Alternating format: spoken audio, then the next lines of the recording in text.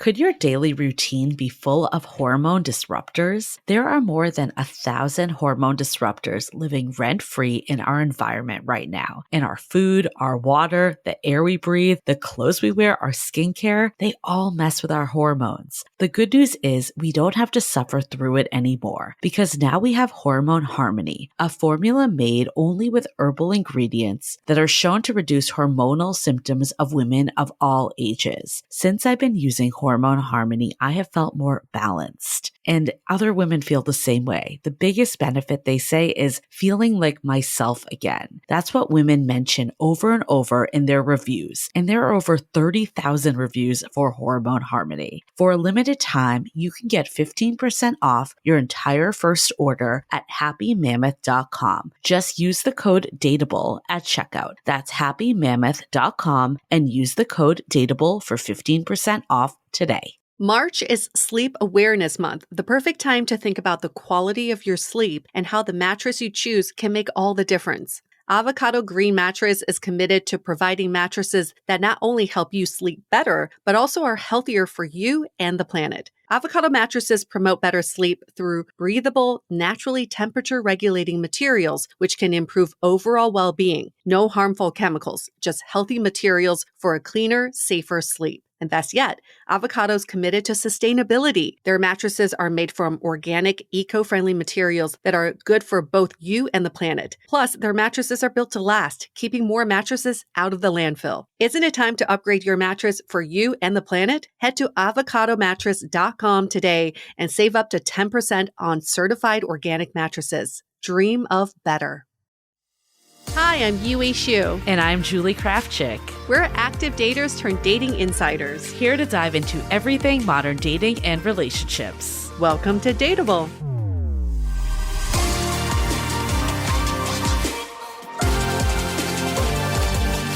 Hello, friends. Welcome to another episode of Dateable. I'm just fangirling because I still can't believe we were able to get Yung Pueblo on our show. Like, I don't even think he needs an introduction, but I'm still really just living in the shock that we had him. I am so excited as well. I think for many people, it's a very household name, but for others that don't know who Yung Pueblo is, then this is a great introduction to Diego, which is his real name, because Yung Pueblo is a pen name. And who is he? He is probably all over your Instagram. I think for the people that are constantly on Instagram, like when I asked friends, I'm like, oh, like we got Yung Pueblo as a guest. And the people that are like glued to Instagram knew who he was. And then the people that maybe weren't as much, probably just the algorithm. But I'm glad that people will be introduced if they don't have him in their orbit already. And he is a philosopher, an author. He is first and foremost, I think, a poet.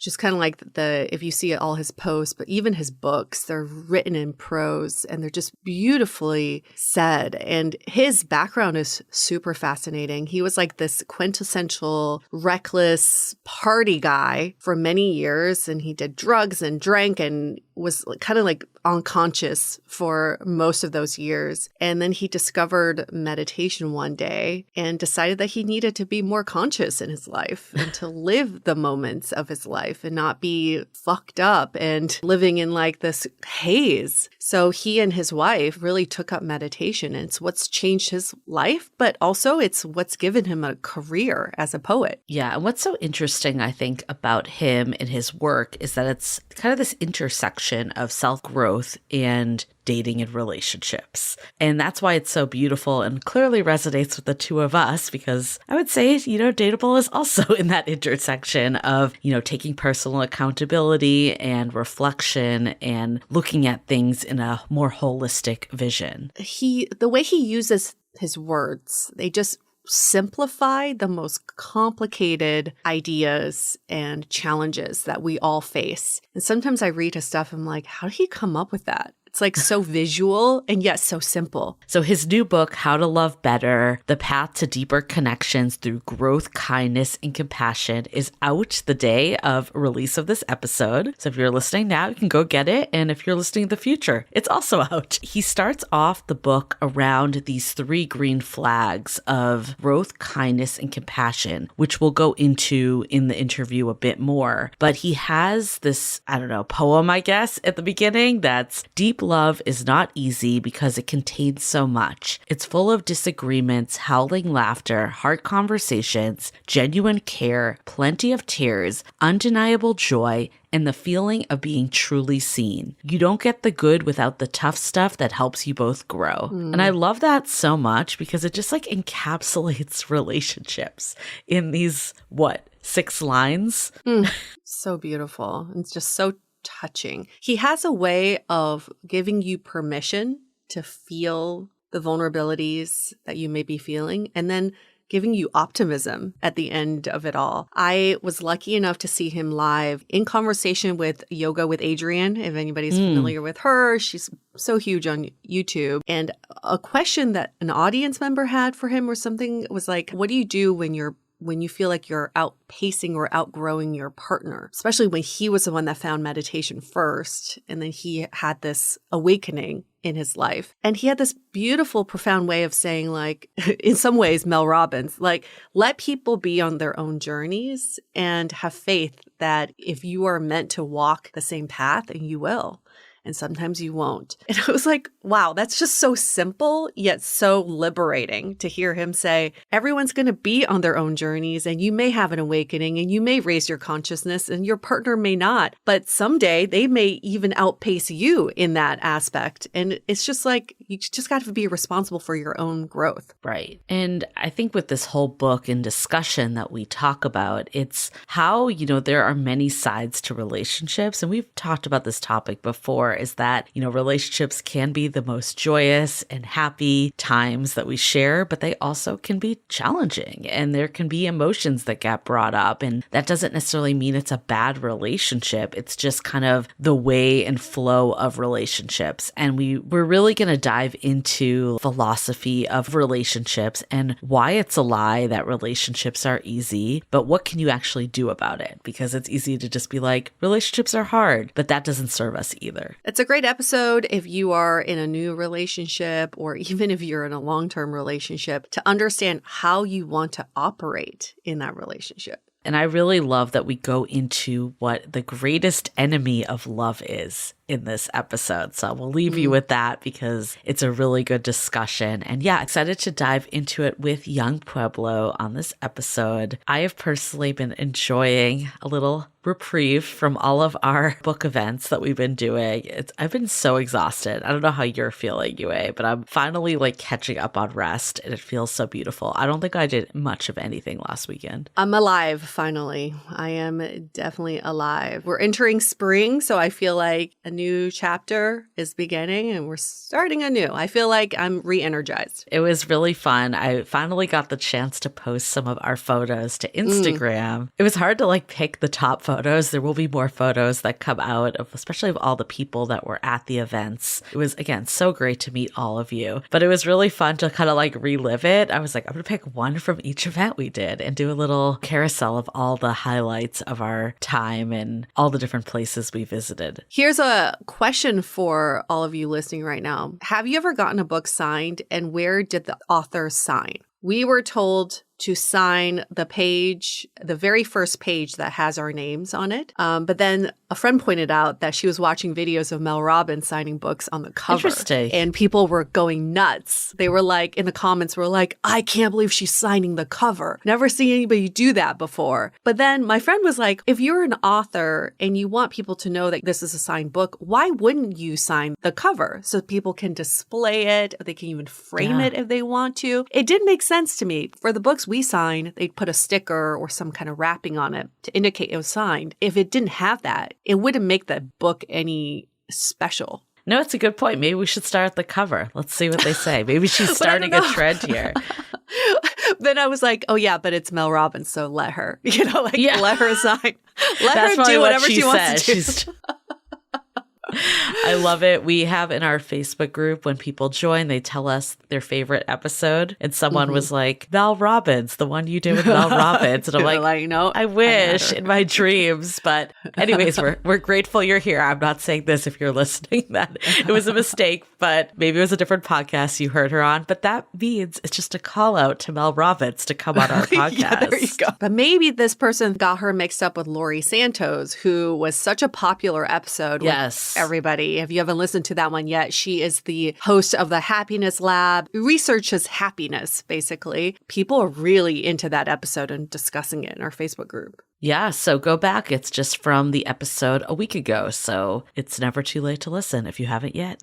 Well, I'm excited too. I'm also doing this lightning talk at Neon tonight. Oh, yes, tonight. Which is, the time of recording. So Neon was the place that we hosted one of our events with the book launch, and they reached out and they were like, hey, we're doing this thing with lightning talks. Like, we're having 5 people get up there and give a 5-minute talk, and we want to see if you would do one about the book. So I'm doing it tonight. And as I was talking to him, he was like, actually, like, personal journeys are kind of resonate more. So I actually am going to do what I recorded last week as a quickie. That was my test run of this little speech. So let me know what you think. But it's all about the middle and like how we're so focused on milestones a lot of times. And I had a friend of ours, Kat, remind me of this when I posted something about the book, how I was like, 10 years ago, I was in this place and now I'm here. And she's like, remember the middle, because there was so much fun and growth and learnings that happened in that time. And it's really just sat with me because I'm like, I feel like I am the type of person that thinks about milestones a lot. But it's life every day. That's like the fun and exciting piece. And I think we lose track of that a lot, especially when we're trying to get into a next stage, like getting into a relationship. It's like, what are we doing right now? All this is not like a layover. It's amazing, incredible time that you have that you're doing so much with. That's great. When you say lightning talk, how many minutes do you get? 5 minutes or less. Oh, are they timing you? Is there like a clock? I don't know. Are they going to film it? I hope they do. They are going to film it. Yes, they are going to film it. I know. I'm like kind of nervous because I feel like I've done obviously speaking with you a lot.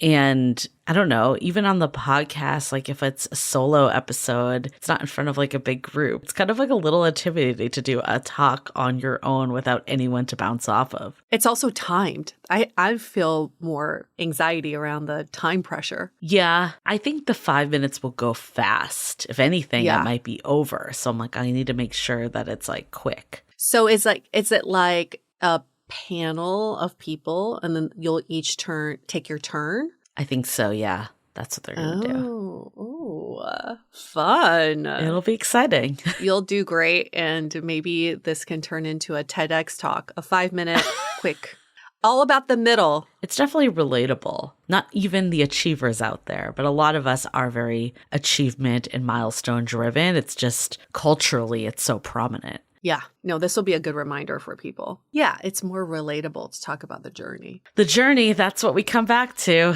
That's so prominent in this episode as well. It's all about the journey. Even when you're in a committed relationship, it's still a journey. Sure is. Okay, well, before we get into it, of course, the perfect companion books are How to Be Dateable and How to Love Better. I mean, they really should be just side by side on a bookshelf.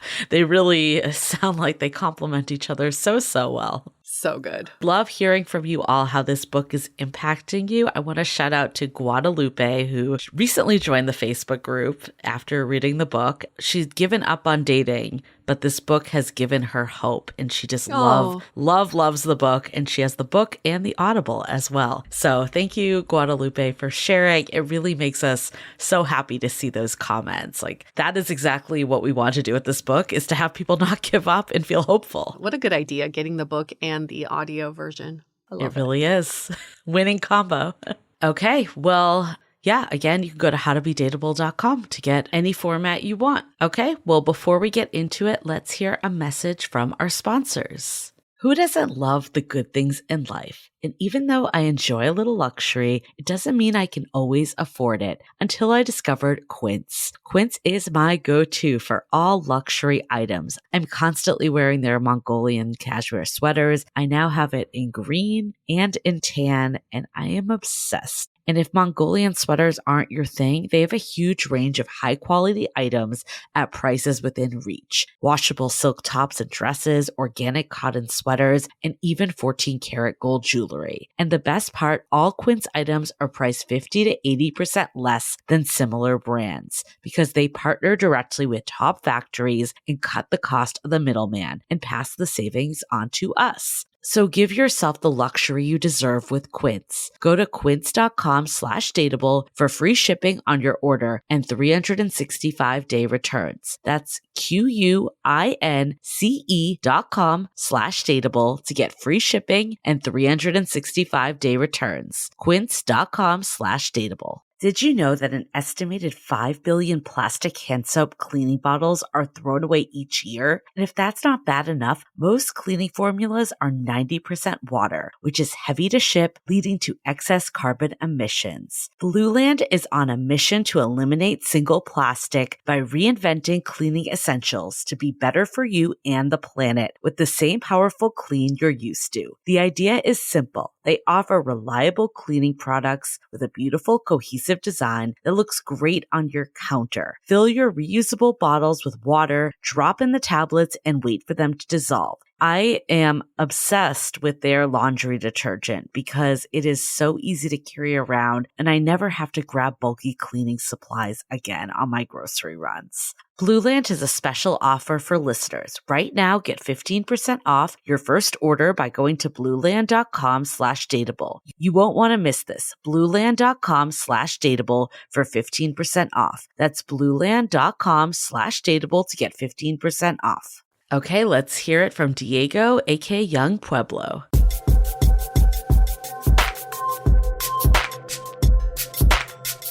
Dreams really do come true, Diego. You've stepped out of my dreams to be on Dateable. Thank you for being a guest. But honestly, if you look through my Instagram history, you are my most shared account. Oh my gosh. I feel like that's probably true for a lot of people. Me too, and you yes. are such a prolific writer, and you just have this way with words that just talks to my innermost self. I don't know how you do it, but it's magical to witness your work, and we are so grateful to have you on our show. Oh my gosh, I'm so happy to be here. Yeah, thank you. And thank you for sharing. It's so interesting because it really takes a village to make something, anything just pop up to the surface so that more people can see it. So the sharing goes a long way. So I'm super, super grateful. That's the whole point, is to bring value. And we love that we have a whole book to discuss now. So not even just the bite-sized Instagram quotes. We got it everywhere. Yeah. So we're excited to get into your new book, How to Love Better, The Path to Deeper Connection Through Growth, Kindness, and Compassion. And you start out the book saying these are the biggest green flags. So I think, first of all, it's refreshing that we start with green flags and not red flags, the negativity of dating culture. But I guess in your opinion, why are these the three things to look out for? I think they're really foundational in that we don't realize often with proximity, whomever we're in close contact with, that person, whether we're in a relationship with them or not, they could be a roommate, they could be family members, they're going to see the best of us and the worst of us.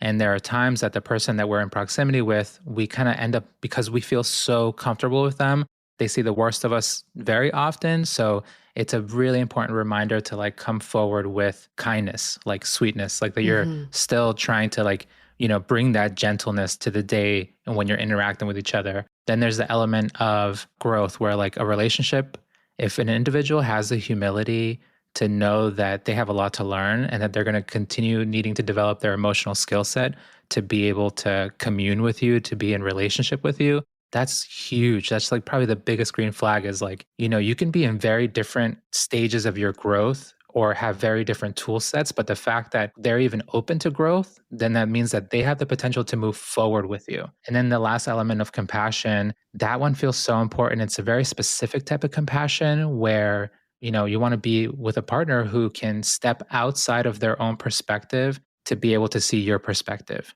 So that's one of the biggest gifts that you can give to anyone to help them feel seen. You really need to be able to not just listen selflessly, but pull yourself out of that perspective, put yourself in their shoes so that you can really see where they're coming from. Do you think a relationship can still work without having this trifecta? Yeah, I mean, my relationship is a sign of that. I think we like my wife and I when we got together, like our relationship was a hurricane. Like it really felt like a hurricane where we were just so in love, but we did not know how to care for each other. We did not know how to treat each other well. We didn't know self-awareness, like no emotional maturity. It was just like hard because we did love each other, but we didn't know how to care for each other. So we had to like learn that over time. So I think, yeah, relationships, like a lot of them start really bumpy. Where do you think like the gaps started to reveal themselves in your relationship? Like maybe what are some examples that you were like, okay, we need to do things differently? Yeah, well, the clearest one was the constant blame game. Like I felt like we were just in this like mode of, as soon as I would feel any tension arise, my mind was trying to figure out how it was her fault. And she Oh, was trying okay. to do the same thing, where it was like if she felt tension, she would try to, go into her mind and figure out how can I reason out why this is his fault. And that was blatantly just a lack of self-awareness on both of our parts. And we would realize that we were fighting pretty endlessly. And it wasn't until we started meditating where that switch slowly started happening, where it was like, oh, actually, I just don't feel good. And my mind is making me jump through hoops to be able to blame this on you in some way. And it was quite interesting because, like, of course, we still make mistakes. Like, there are times when I say something and I should apologize, or she says something and she should apologize. But a lot of the time, we were just trying to project our tension onto each other, and having that self-awareness really decreased a lot of the arguments by a lot. I went to see your conversation with Adrian Mishler in LA. Oh, cool. And Nice. I remember you've talked about this in previous interviews as well, that Vipassana meditation really saved you. Can you kind of explain what type of meditation that is? And then how were you and your wife both able to start practicing? So Vipassana for us, I mean, we both felt like intuitively called to it. Like a friend of ours did the course first, and he's a really close friend of mine. And seeing the sort of drastic change where, this was somebody that I used to like party with all the time and just like be really wild with. And then after he goes to a course, he like writes to me and a few other friends, and it's just like talking about love, compassion, and goodwill, and how important these things are, and like that's what life is really about. I was simultaneously shocked and also knew like I wanted to check this out and try it. Vipassana literally means seeing reality as it is, and it's a style of meditation that originates from the Buddhist teaching. And you go to these silent 10-day retreats. That's how it starts off, and you spend the first 3 days observing the breath, and then you spend the last 7 days feeling the body. And through that, you start learning about this like great truth. It spans the whole arc of the universe, this truth of impermanence, that everything is always changing. And I think that was like a big, big, big sort of, it felt like the relationship my wife and I had before Vipassana and the one after, it was like two different chapters of the book, because our problem in the initial, first half was attachment, was like, I really, really am craving for you to exist in a very particular way. I'm craving for our relationship to exist in a very particular way. And over time, meditating, it really felt like we were better learning that truth of impermanence. And now, as I've been learning, like impermanence and embracing change is actually the direct opposite of attachment. So it created a lot of flexibility for us. I mean, that to me was one of like the light bulb moments in your book around attachment. So I want to dive into that even deeper as we keep going. How do you think the meditation like helped with your own self-awareness, which in turn helped the relationship? I mean, the meditating really helped me start feeling when there was tension in my mind. And I was like oblivious to that. And the tension was always related to some attachment. It was like, I'm hanging on to this, like I'm very upset about this. And even though it happened yesterday or the day before, or could be craving for something in this particular day to happen in a certain way, I could literally feel that tension. And then I would be able to reflect afterwards and realize like, okay, do I really need to be holding on to something so tightly that is so ephemeral? Like, do I really need all the pieces of the puzzle to land in a specific way every day? And I got to see how clearly, I was the opposite of adaptable in the past. Like I was just so rigid in my sense of identity, in my sense of like how I was showing up in the relationship. So being aware of my own attachments helped me start that slow process of letting go, that slow process of, instead of wanting things to happen in a certain way, being open to communication, being open to having longer conversations, like having a better idea of how valuable it is to support my partner's happiness and support her freedom and vice versa. Because we were both dealing with the same things. It was like two rocks smashing up against each other. And now our relationship is more so like we're two rivers flowing alongside each other. I can hear some listeners saying, you know, when you're first in a relationship, it's blissful and you're in love and you just loving each other is enough. And at some point, everybody comes to this crossroads of, oh, there's conflict. Yeah. We need to work through some of these issues. But how do you, and I've had a lot of friends ask this, like, I'm ready to take that next step of growth. Maybe it's meditation, maybe it's counseling, but my partner isn't necessarily there yet. Who was the one leading in your relationship? And then how was the leader able to get the other person on board? I think we were both leading at different times. So like I was the first one to dip my toe into Vipassana. And the first course I did was the summer of 2012. And then Sarah did her first course in March of 2013. She had to wait because she had work conflicts that kept coming up. We had another moment where I'm the one who started meditating daily. In March of 2015, I started meditating 2 hours a day. And she started meditating 2 hours a day in March of 2016. So a year later. But then there were other moments where like we both didn't like smoking or drinking, but I was so habituated to it, like so like part of the culture with being around friends. But she had the inner strength and she was like, I'm done with it. So I had moments where I had like a back and forth and, you know, would stop for a little while and then pick it up again and then realize I really don't like it. And then I regathered my strength to stop. But I think over time, you know, I think that's been one of the really nice parts of relationship is like understanding that we're not going to be moving at the same speed and we need to respect that. And even though we want to go in the same direction, we both have the same goals. Like it was easier for me to start meditating 2 hours a day, but it was easier for her to stop doing intoxicants, even though we both really cared about that. And then having one of the hardest parts is like just acceptance, just like accepting, okay, this is where the person is. I love them. I know where they want to go, but I also know that I can't force them. That's been a big help.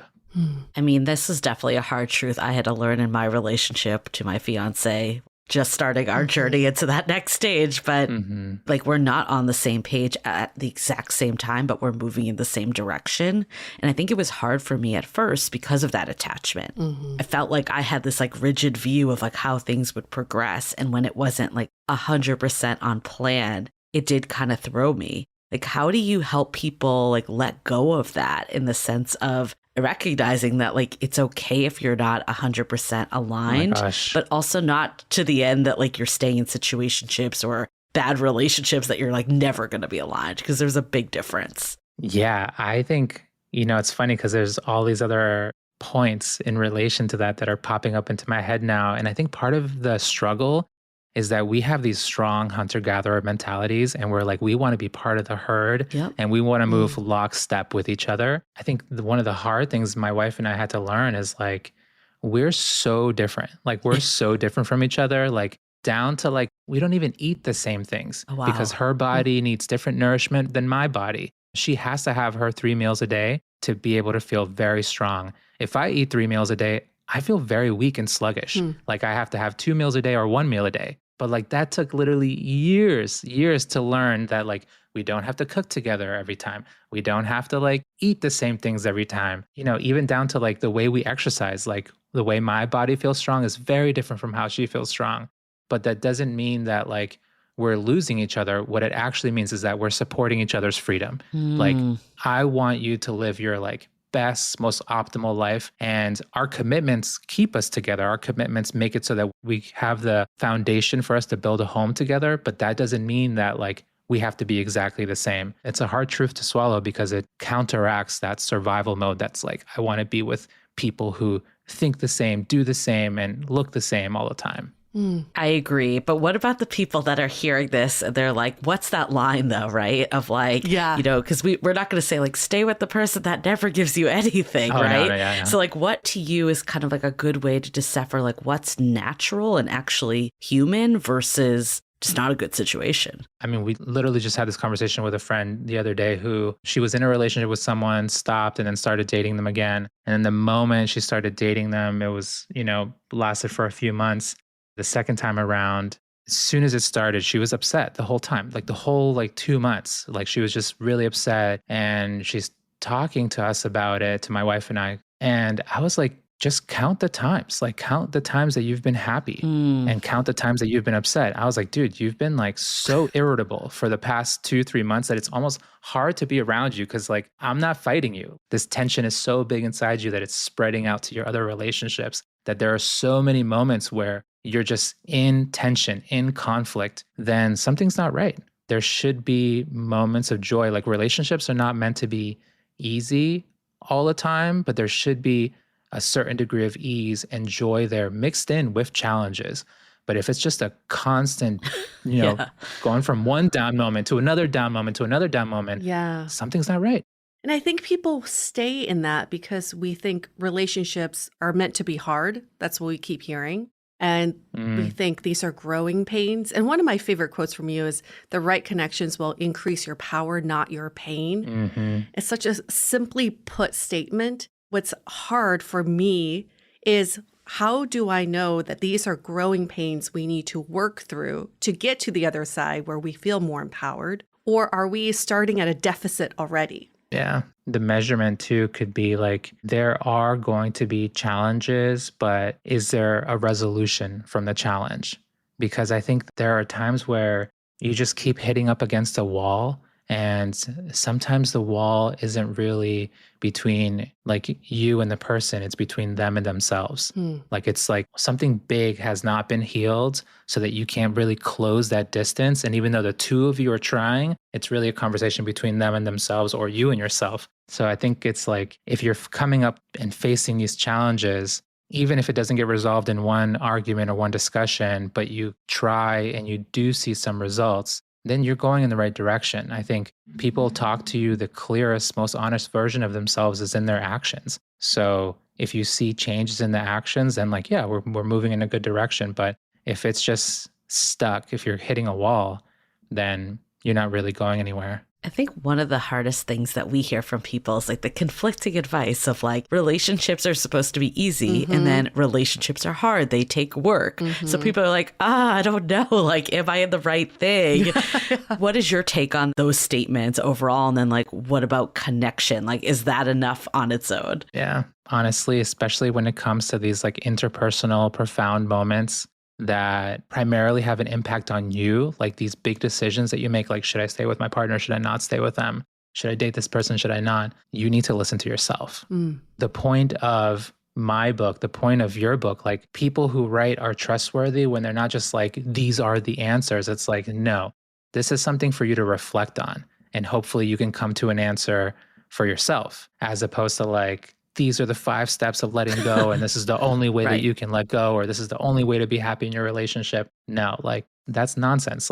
The answer that you're looking for, you'll find it when you close your eyes, you check in with your nervous system, you check in with your intuition, you check in with your values, and then what am I going to do? It's clear, but part of that is doubling down really deeply on being honest with yourself, because there's so much stuff out there. The wellness world is so big now, self-help world is so big that you're going to get conflicting things. And sometimes, yes, your relationship will go through periods where it's so easy, so joyful, so fun. Other times it's really hard. You can pick up different advice for different moments to be able to help you get through. And there's just so much noise. And this is kind of what we think is contributing to what we're calling the love crisis, which is actually the basis for our book, where people are giving up on love because they know how hard relationships are and how much they have to work at these connections. And even just the dating part is already hard enough. I guess my request from you is, what's so great about relationships for the people who are why do I even want to participate in dating? Everybody talks about how their relationships are so hard. What is so great about relationships? It's funny because it's also underrated and less valued, but it's also so great to be single. There's such a value to being single and being able to watch whatever you want to watch, to just, live your own life, design your own life and move around the way you want to. that's also like a great luxury. And I think relationships, it's like there is a huge value to them. And you definitely don't want to go into it because everyone else is doing it or that's what society expects from you. It's something that like should come from you and you're like checking in with yourself and you're like, yeah, I do want to have a partner. I'm open to moving through the ups and downs of life with another person and being not just in relation with someone, but like having a teammate, like someone that you're like building something with. But I think we live in like a beautiful time. Like I've seen this happen over and over where like so many people are like happily single or so many people are like happily don't have kids or like so many people are like happily together, but they never get married because they really don't like the idea of marriage.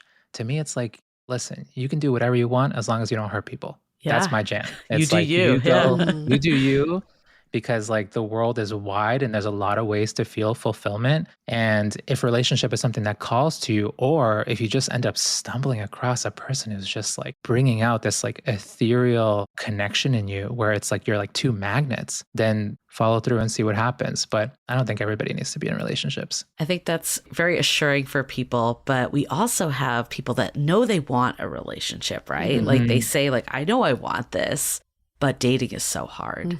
And I don't even know how to navigate a relationship if I was to be in one. Like your whole book is about like loving well and how to love better.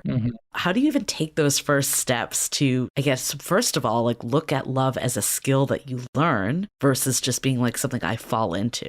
Yeah, especially in the beginnings, I think you need a mixture of like clarity and just the embracing of learning because like the three of us just met, you know, if we're all going to be friends, like I don't know how to care for either of the two of you yet. Like that's going to take time to learn how to like really care for an individual. That means like understanding their preferences, understanding like, you know, especially if you're in deep connection with them, understanding their like major trigger points or like how to help them feel safe. And these things are things that don't just happen overnight, but the real beginning point is clarity is like if you really dig someone, let them know. You know, if you really care about them, like answer their text messages. Like don't play this like mystery game because that's not going to get you anywhere. But that happened with my wife and I. We loved each other, but it took a long time to learn how to really care for each other.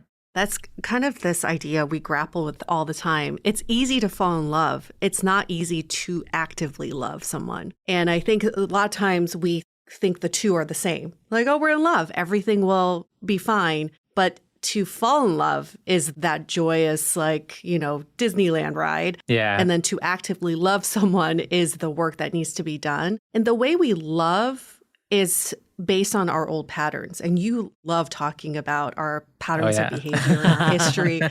And I've shared this quote with so many of my friends from yours, taking a moment to figure out how you really feel instead of letting old patterns decide for you is one of the most authentic things you can do. Can you expand more around that? How our old behaviors can show up and what we can do about them? Yeah, for sure. That's my jam. I love thinking about that. I think that was like one of the biggest points of personal development in my own journey where I could see clearly how like my perception is just not fully trustworthy. People who think that their perception is reality, it's just not true. Like your perception is your past.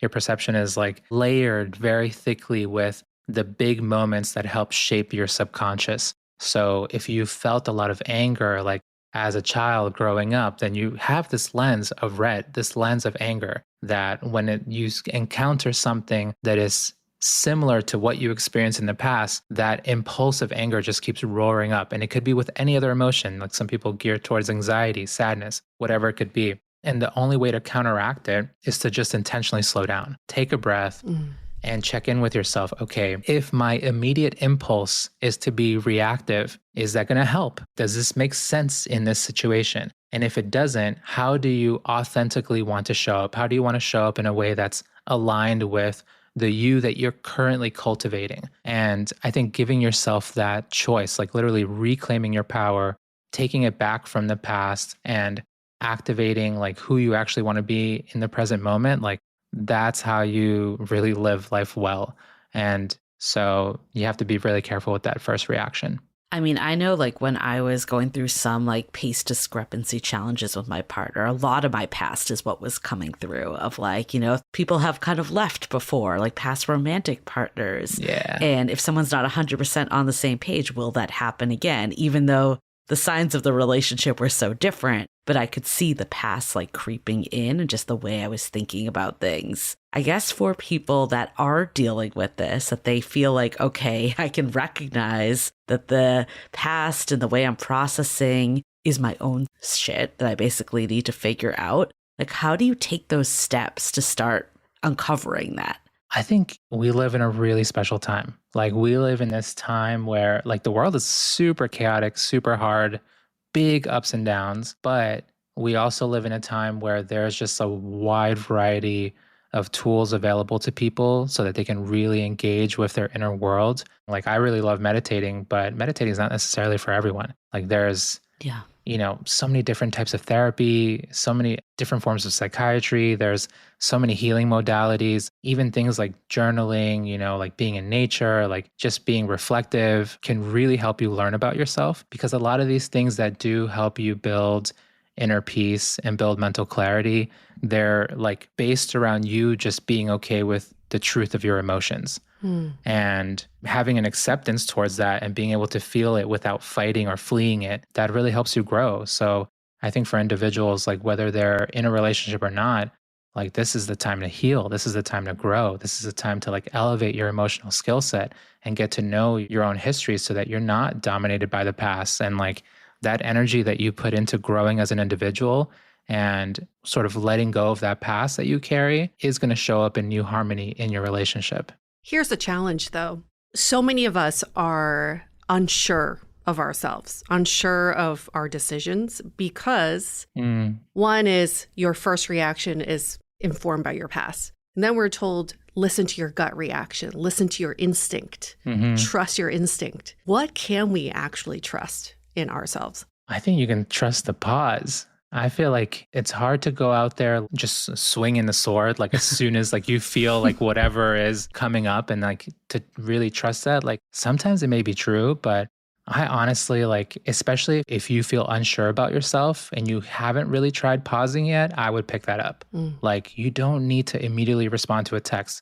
Even if you're having a tough conversation with somebody, you don't need to like immediately retort. I've noticed the times where before my wife and I started meditating and we would have arguments, like we may have arguments that would last for like an hour, but we weren't talking that whole hour. It would be like moments where we're like quiet and reflecting and like having these moments of reflection where you're checking in with yourself. Like, am I trying to win this argument or am I trying to really understand and resolve this? Like, am I making it worse or am I trying to help us out of this hole? But I feel like pausing is just like a great tool for me personally, and it might be for you too. No, I definitely can relate to that. And I think I'm the type of person that doesn't like ambiguity. And I think a lot of daters deal with this, right? You're like, I want an answer, yes or no. Yeah. And sometimes a quick answer to cut someone off or to make a statement, a bold statement, like I'm moving on or whatever. It's almost like self-protection sometimes because you're taking action and immediately will feel better. But long term, that might not be what you really want. So I think taking that pause is so important to be like, what is it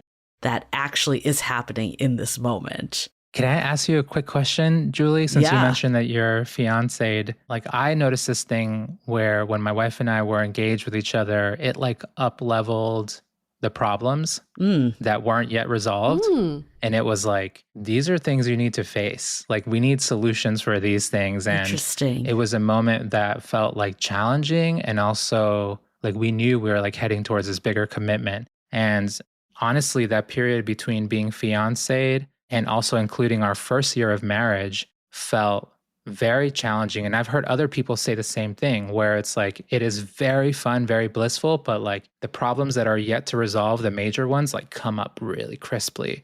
And I had friends who were recently married. I was talking to my buddy and I was like, all right, man, I was like, good luck, first year, it's going to be some pretty heavy fights in there sometimes, but like stay strong, like just figure it out. So I'll keep you posted. As I have new leaf. So far, so good. That still could happen, not ruling it out. But I will say we actually, I feel like, had this time between moving in. That was a bit more of that. Because I had my place that I own. So he was giving up his place. And at that point, it was also like moving in with the idea of marriage, like getting there. Like, of course, anything could happen, but that was the idea. So I think that point actually brought up a lot for us. So whether we have more to come, who knows? It's very possible. But I do think a lot of that was brought up then and has been worked on since then. That's really nice. And it also could be like, just because, it depends on people's like self-awareness too, and like where they are in their growth journeys about like when they do that work. I almost like want to try to do a study on this, like if these are the key moments where like a lot of these heavy things are worked on. Yeah. And again, I will keep you posted because it's too early to know fully. As an observer, Julie, I would say that you two definitely work through a lot of your major conflicts before getting engaged. And that was partly why you two took your time to get engaged, was to work through this. But I think growth has been the consistent one too, that I found a partner that wants to grow and do that and is able to look inward and all of that. And I think like for your work, I mean, everything you've been saying, a lot of it comes down to yourself and how do you like take accountability, ownership, and also check in with yourself. Like there's all this advice and how do you like see that intersection of personal development and growth in relationships? Because it feels like to me, that's your sweet spot. It's interesting. And I feel like I stumbled across, these sort of like insights into relationship, not intentionally, because I went into meditating and I went into just like this focus on the inner work so that I can, help myself, like save myself. I think the like byproduct, the like unexpected externality from this was that I simultaneously saw that because my connection with myself was so distant and like surface level, all my relationships, like, including the relationship with my wife and my parents, my friends, like my relationships were so surface level and they lacked depth. And that was because I was not treating myself like a friend. And as soon as I started growing and just like embracing my own evolution and understanding, what I had succeeded in and what I needed to continue developing, I started seeing like, wow, I need to improve my ability to listen. I need to improve my patience. I need to improve like acceptance of just whatever's happening in the moment. And that really helped elevate all of my relationships. And then taking that plus these truths of impermanence and like just how much I had learned from meditating and seeing like, oh, when I do not embrace impermanence in my own relationship, the relationship struggles because I'm creating tension. I'm stopping the flow of it. And I'm so profoundly grateful, to be honest. Like it's just like meditating has sort of smoothed out and clarified all these different areas of my life. And it really started with, building awareness, non-reaction, and compassion in my own mind. And that helps me bring those qualities to wherever I go. I want to dive into this even more, but before we do, let's take a quick break to hear from our partners. Let's be honest, sometimes no matter how much you want to be in the mood, your mind and body just aren't on the same page. This episode is sponsored by Via, the brand behind the most loved THC libido gummy on the market, designed to enhance intimacy, heighten pleasure, and help you fully embrace the moment. Originally created as a limited edition Valentine's release, High Love was such a massive hit that Via made it a permanent part of their lineup. For the last 2 years, it's been helping adults enhance intimacy, heighten pleasure, and feel more connected than ever. These gummies are a hit for me as well, as I am so impressed by the powerful blend of cannabinoids and time-tested aphrodisiac herbs. The formula increases my blood flow, awakens my senses, and helps me fully embrace the moment. Now, if you're 21 and over, head to viahemp.com and use the code DATEABLE to receive 15% off, free shipping on orders over $100,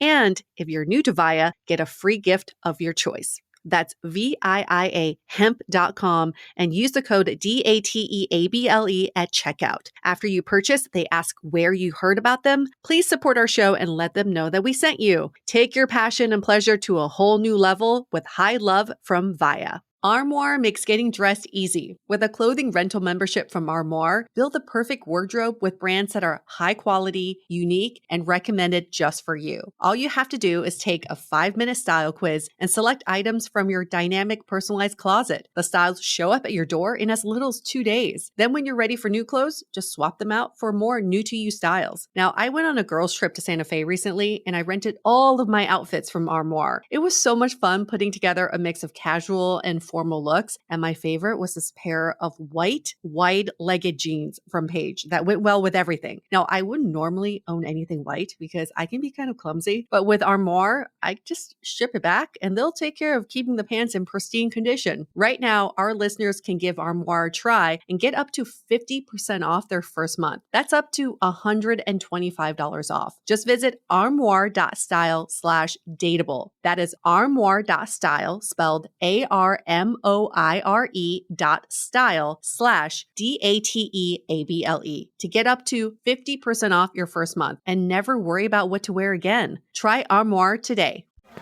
Yeah, sure thing. Hey, you sold that car yet? Yeah, sold it to Carvana. Oh, I thought you were selling to that guy. The guy who wanted to pay me in foreign currency, no interest, over 36 months? Yeah, no.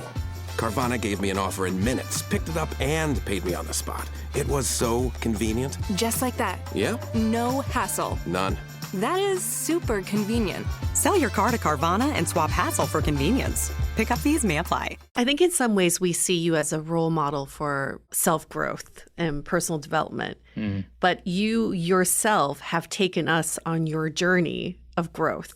So at this point in your, I guess, career, I don't even know, this is like your life purpose. How are you still pushing yourself to grow? What are the tools that you're using? I mean, I'm trying to grow a lot. I feel like, I don't know, I'm in a weird position where a lot of people do listen to me reflect openly because that's really what I do. Like, I definitely don't think of myself as a teacher or anything like that. And I'm not trying to have people put me on a pedestal, but I also can't control how people perceive me, but I can control the way I define myself. And I'm a student. But I think the key areas, like my main tool is the Vipassana. Like I meditate the 2 hours a day and, you get an opportunity to study the universe basically. When you close your eyes and you meditate for an hour, being able to really study that truth, that law of change, it helps. It helps me let go with everything. So I think when I think of myself and how I want to move forward, I think the quality of acceptance, that has been like a big theme in the past 2 years, especially when it comes to meditating, where it's like,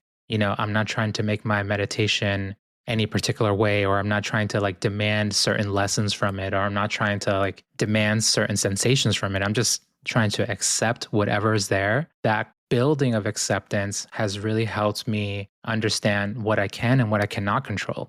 And what I can control is actually very small, because when you go out into the street and you're just like out and shopping or doing whatever it is you're doing, you don't know what you're going to encounter. And if there's someone who's like very angry or upset or something, like I don't want to join them in their emotion just because their emotion is strong. I want to either stay in my emotion, whatever it is, my balance, my peace, and hopefully bring people into my peace as opposed to me adopting whatever it is that they're feeling.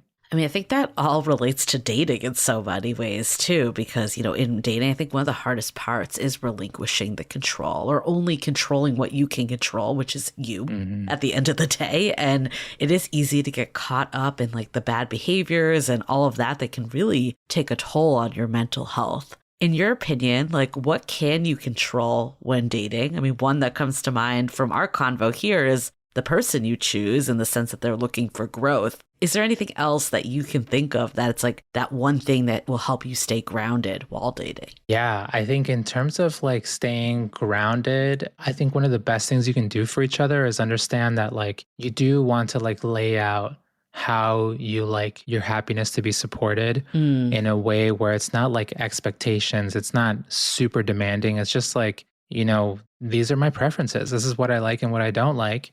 And when you do that, you're setting yourself up for success and you're setting up your partner for success. The other aspect of that is understanding that, like, let's say if you're dating someone, when you're dating them in the first month versus dating them in like the 6th month, or you're starting a relationship with them, it's not necessarily going to be the same set of preferences. They're going to evolve over time because every human being is a river. They're in constant flow. They're constantly changing. So understanding that like you need to have these moments of checking in with each other so that like, are we still on the same page about the way you like your happiness to be supported? Or is there something else I can add to it?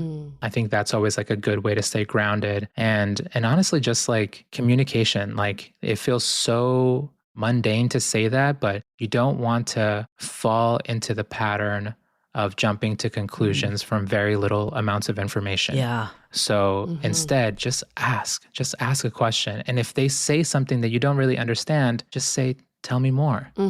Those are my favorite words these days, especially when I'm encountering someone who I don't necessarily agree with. Why am I even going to react? Like, if anything, I'm curious, like, how did you come to this conclusion? Like, just tell me more. I love that. So I can see what's there. Like, I think like sometimes we can like get confrontational too, and tell me yeah. more is like, Yeah. it's the pause, basically. It's a verbal pause. Yeah. It's like, oh, interesting. Yeah, tell me more. What does that really mean? What is something that daters are doing today? I'm sure you hear stories all the time that shocks you. I think what shocks me is honestly when you're just like dating a lot of people at once, like a lot, like, you know, it's like 8 people that you're dating and seeing. And then to me, it's like, are any of them the right person? Like there's like that's a lot of people. Yeah. It makes sense when you're like talking to like 1 or 2 or 3 people, but when it becomes that many, like you're hitting the point of sort of what your psychology can handle. And I remember, I wish I knew the name of the study. I learned about it last year where like, if you show an individual 9 people, like they're going to remember them, but they're not necessarily going to remember the 10th. Right. So it's like you're hitting the psychological limit point of who can you actually interact with well in a meaningful way. And I think the shock to me is like we live in this society where everything is designed to be easy and fast and like Apple Pay and, you know, just everything is just so quick that we're spoiled for choice. And I mean, I've seen a lot of people basically throw away good potential partners because everything wasn't perfect or like, you know, they have a fantastic relationship, but then they want it 2% better. Yeah. And it's like, what? Like, you're wild. You're wild. Like, that to me is so crazy because your ultimate satisfaction is not going to come from your partner. It's going to come from your own mindset. Like, they can add to your happiness, but they're not going to make you happy. So I said that we would get back to this because I think it's so core about attachment. And you say that you think the greatest enemy of love is attachment. Oh, for sure. What does this mean? And like, can you explain this more? Because I think it's such a big statement. Yeah. So I think one of the really important themes in this book is that love is understanding. And love is understanding is also a different way to think of love as freedom, because that means that 2 individuals are deeply seeing each other and seeing where they're coming from. So like basically having the example of an argument is the perfect example where it's like attachment is me like demanding a very particular outcome or demanding there to be a winner in the argument. Whereas if you take the paradigm of love as understanding, then no one's trying to win, because if you're both actively trying to win, you're both going to lose. You're just like throwing tension on the tension and making it worse. And then if someone does win, the other person doesn't feel good and like they have to hide their feelings. So when you are really trying to aim for understanding, you want to do your best to practice selfless listening, like to literally take turns so that you can hear how the series of events moved for the other person. And then you get to share your story as well. Like, how did I feel when X, Y, and Z was happening? And then when you are no longer battling each other, but you're just trying to understand, you'll see that that tension just pretty automatically fizzles out because you're like, oh, that's why these emotions got heightened. That's only possible when you're not coming at things from a place of attachment, because attachment is asking one person to be right and the other person to be wrong. Whereas freedom is like open to, you know, we both make mistakes and sure, one of us might have to apologize, but we're understanding each other. So we're, you know, doubling down on our connection and moving forward. Let's hang out there for just a second, because at the end of your book, you have a chapter called Love is Freedom, and you've gone on record to say your favorite word is liberation. I don't know if that's still your favorite word, but it's one of my favorite words. How can you feel together but still liberated in a relationship? I know you talked about attachment to outcome, but what about like, what is the line drawn between feeling extremely independent from each other to actually still like building and creating a life together? Yeah, that's a great question because it almost seems paradoxical, but it's really you're trying to base your relationship around commitments as opposed to expectations. So, like, my wife and I were very committed to each other. We know that we only want to be with each other, but we're trying to design our relationship in a way where we have freedom to like do and, to travel together or not travel together or like, we don't have to like check in with each other about these like little decisions that we have to make. And like we just sort of feel this abundance of like flexibility in our personal lives. When you take the highest levels of love, like that chapter, Love is Freedom, what I tried to point out in that chapter is how what we really get from a relationship is having a little microcosm where we can practice unconditional love. It doesn't mean we get it right. Like unconditional love is actually very difficult. Having true unconditional love means that you've liberated yourself to a certain extent. Like you're not dominated by craving, you're not dominated by suffering anymore. So like if you think about those like historical archetypes like Jesus or the Buddha who've like taken human evolution to like the furthest it can go, like these are beings of unconditional love and they don't work within an ego framework anymore. They're functioning through a framework of compassion instead of ego. And when they look out onto the world, they don't see anyone as their enemy. They only have compassion for all beings. And we get to practice that in our relationships. And it's not going to be perfect all the time because like we're, imperfect human beings. But I think it's nice that we get that opportunity to really practice those like beginning traits of liberation, beginning traits of freedom. I mean, this has been such a fantastic conversation. I think my biggest takeaways from the whole convo is, it all comes back to you at the end of the day. Like there is a reason why personal growth and just growth in general is so imperative in dating and relationships. And I think we're always looking for that quick fix, the easy way to find someone. I know. But yeah, like what you were just saying, we've seen this time and time again of once you feel at ease and once you're in your best state, that's when you end up attracting that right partner for you. And I think what you said about love is understanding. I want to even take that to like dating is understanding. Because I think in dating especially, we have this very like me versus you mentality that is even maybe more combative than when you're in a relationship because you're like protecting yourself and you don't know where you stand and all this stuff. But if we can come from this place of understanding, I think that is so huge. And again, like you can only control what you can control, but seeing if a partner either understands like what love actually entails, because I think there are a lot of people, again, that are looking for just the joy in relationship and partnership and don't really know that there is a lot. And maybe like they won't know until they're in it if they haven't had a ton of relationship experience, but at least seeking out the people that either want to learn and want to grow and want to like not just have this fixed mindset of like dating and relationships should be easy. And if it's not, then it becomes like problematic. And just trust the pause. Yeah. Learning that day by day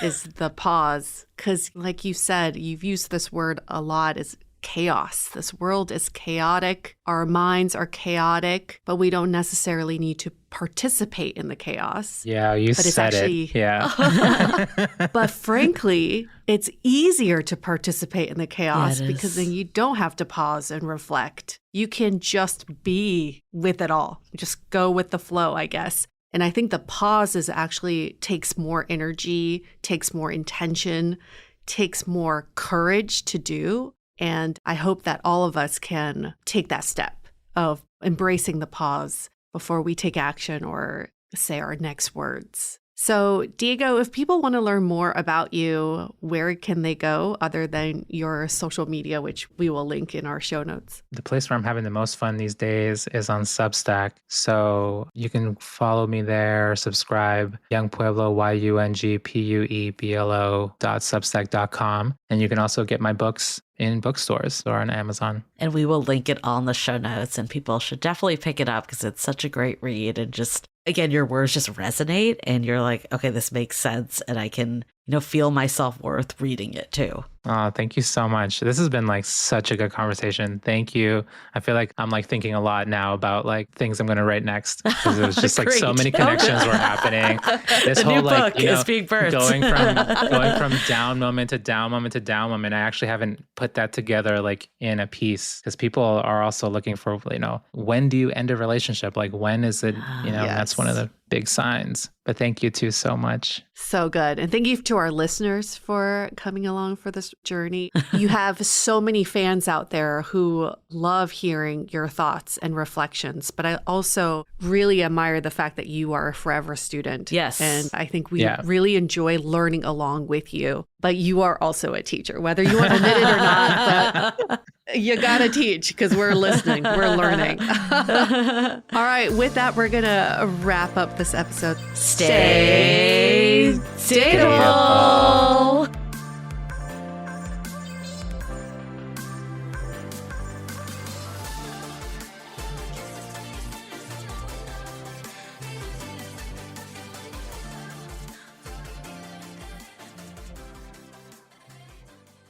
Your old or broken phone can let you down when you need it most. Perfect. But at Verizon, trade in any old phone from our top brands and get the most for it, up to $2,000 in value, for an amazing new iPhone 16 Pro with Apple Intelligence and a new line on My Plan, and iPad and Apple Watch Series 10. That's like a 3-for-1. And you can get it on any plan. At Verizon, trade in your old phone for a brand new iPhone 16 Pro, iPad, and Apple Watch. The other guys won't give you that. Visit Verizon.com today. Additional terms apply. Service plan required for Apple Watch and iPad. Up to $2,000 value based on iPhone, iPad, and Apple Watch. All you homeowners have unique needs. Some feel the need to leave up holiday decorations year-round.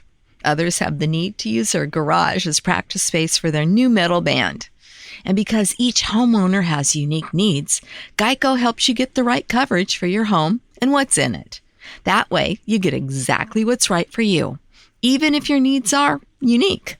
Get more with Geico.